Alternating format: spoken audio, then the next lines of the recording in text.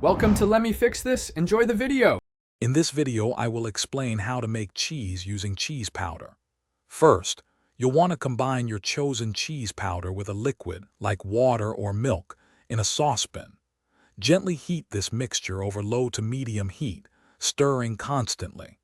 This helps the powder dissolve fully and prevents any lumps from forming, ensuring a smooth start to your homemade cheese. To achieve your desired cheese consistency, you might add a thickening agent. A small amount of cornstarch or flour mixed with a little cold water first works well. Stir this into your warm cheese mixture. You can also add your favorite spices or herbs now to boost the flavor. Keep heating and stirring until the mixture reaches your preferred thickness. Once your cheese mixture has thickened, carefully pour it into a mold or a small container. For easy removal later, lightly oil the inside of your chosen mold. Then, place the mold in the refrigerator.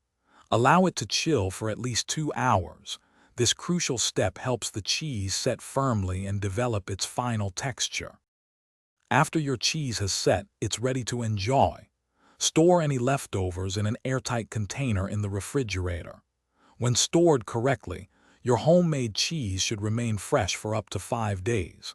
You can spread it on crackers, use it as a topping, or incorporate it into your favorite recipes for a delicious, cheesy touch. Thanks for watching. If you found this helpful, don't forget to like and subscribe.